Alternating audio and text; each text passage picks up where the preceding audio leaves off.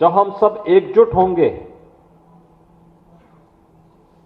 तो ही विकास कर पाएंगे। उत्तर प्रदेश में कुछ दिनों से इस बात पर लगातार विवाद हो रहा है कि इस सरकार में राजपूतों का बोलबाला है। कुछ लोगों का कहना है कि प्रदेश के सभी महत्वपूर्ण जगहों पर राजपूत ही बैठे हैं और केवल उन्हीं की सुनी जा रही है। तो आज के इस वीडियो में हम इसी विषय को समझने का प्रयास करेंगे कि क्या सच में यूपी में इस समय राजपूतों का ही बोलबाला है। इससे पहले आप शौर्य टीवी को सब्सक्राइब कर लीजिए ताकि देश के राजपूताना का अपडेट आपको मिलता रहे। सितंबर महीने में यूपी में हुए आखिरी मंत्रिमंडल विस्तार के बाद कुल 60 मंत्रियों में से 11 ब्राह्मण और 7 राजपूतों के साथ कुल 27 सवर्ण, 23 ओबीसी, 9 दलित और 1 शिया मुसलमान है। विरोधी कहते हैं कि प्रदेश में ज़्यादातर डीएम और एसपी के पदों पर राजपूत बिरादरी के अधिकारियों की तैनाती है। इस बात के जवाब में मुख्यमंत्री योगी आदित्यनाथ की biography the monk who become chief minister लिखने वाले शांतनु गुप्ता कहते हैं कि मैंने इस बात पर काफ़ी रिसर्च किया है, लेकिन मुझे इस बात में जरा भी सच्चाई नज़र नहीं आती। वो कहते हैं कि मैंने 2017 के बाद से राजपूतों के महत्वपूर्ण पदों पर ज़्यादा तैनाती के मामले नहीं देखे। गुप्ता जी आगे कहते हैं कि आरोप लगाने वालों को ये ध्यान नहीं है कि बीजेपी योगी की राजपूत पॉलिटिक्स नहीं बल्कि हिंदू पॉलिटिक्स के कारण सत्ता में आई। राजनीतिक मामलों के जानकार डीडी न्यूज के रिसर्च हेड अतुल मिश्रा कहते हैं कि बीजेपी या योगी आदित्यनाथ के आने से ही यूपी में राजपूतों की महत्ता नहीं बढ़ी। यूपी की पॉलिटिक्स में वैसे भी राजपूत सबसे महत्वपूर्ण हैं। UP politics anyway. This time only 56 MLA have been come from Thakur community, but even before the Rajput has always been a large number of MLAs in 2002. In their numbers has been 70. Apart from in 2007, 53 and 54 MLA came from this community in the 2012 assembly election. इस बार तो 56 विधायक ही Thakur community से जीत कर आए, लेकिन इससे पहले भी राजपूत हमेशा बड़ी संख्या में विधायक रहे हैं। 2002 में तो इनकी संख्या 70 की रही और इसके अलावा 2007 में 53 और 2012 के विधानसभा चुनाव में 54 विधायक इस कम्युनिटी से जीत कर आए थे। अतुल एक आंकड़ा और बताते हैं कि वैसे तो यूपी में ब्राह्मणों की आबादी राजपूतों से ज़्यादा है, लेकिन विधानसभा में रिप्रेजेंटेशन की बात करें तो ज़्यादातर राजपूत इनके आगे ही रहे हैं।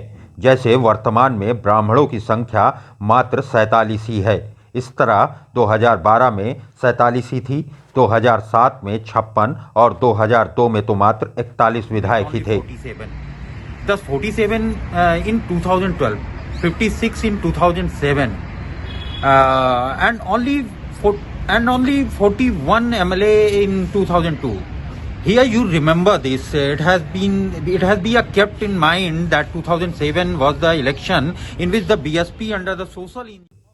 यहाँ आपको याद रखना होगा कि 2007 वो चुनाव था जिसमें बसपा ने सोशल इंजीनियरिंग के तहत ब्राह्मण और दलितों का गठजोड़ किया था।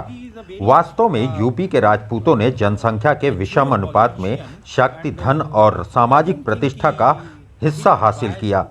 राजपूतों को अक्सर राजस्थान से जोड़कर देखा जाता है, लेकिन जब आप उत्तर प्रदेश की प्रॉपर एनालिसिस करेंगे तो आपको दिखेगा कि सरकार चाहे जिसकी भी रही हो, यहाँ पर अपनी मात्र 7 से 8% की आबादी के बावजूद भी राजपूतों का हमेशा से दबदबा रहा है। एक सवाल के जवाब में युवा समाजशास्त्री प्रदीप कुमार कहते हैं कि राजपूत संख्या में भले ही कम रहे हैं, लेकिन संसाधनों पर सबसे ज्यादा अधिकार इन्हीं का रहा है। I believe the population of Rajputs in Uttar Pradesh is somewhere around 7 to 8%.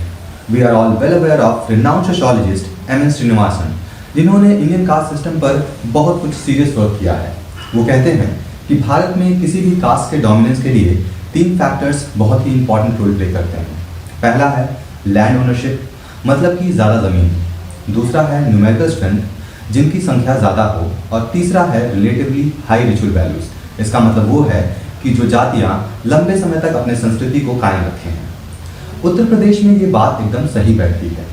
As in 2016, an article was published in Economic and Political Weekly 2016 के economic and political weekly EPW में पब्लिश हुए एक रिसर्च पेपर के अनुसार 47% राजपूत ही प्रदेश के 20% धन के मालिक हैं। इसके साथ ही राजपूतों की स्वीकार्यता एक प्रमुख कारण उनकी संभ्रांतता, अपनी बातों पर टिके रहना और सेवा का भाव ही है।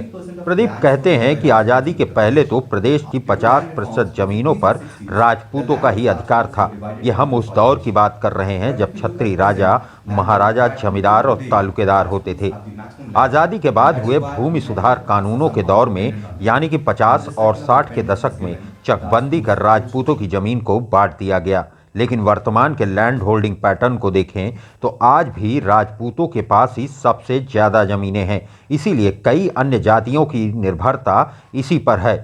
इसी निर्भरता के चक्र ने राजपूतों को सामाजिक प्रतिष्ठा दी है। ब्राह्मणों की कम संख्या के बावजूद भी प्रदेश में सर्वाधिक मंत्री इसी बिरादरी से हैं।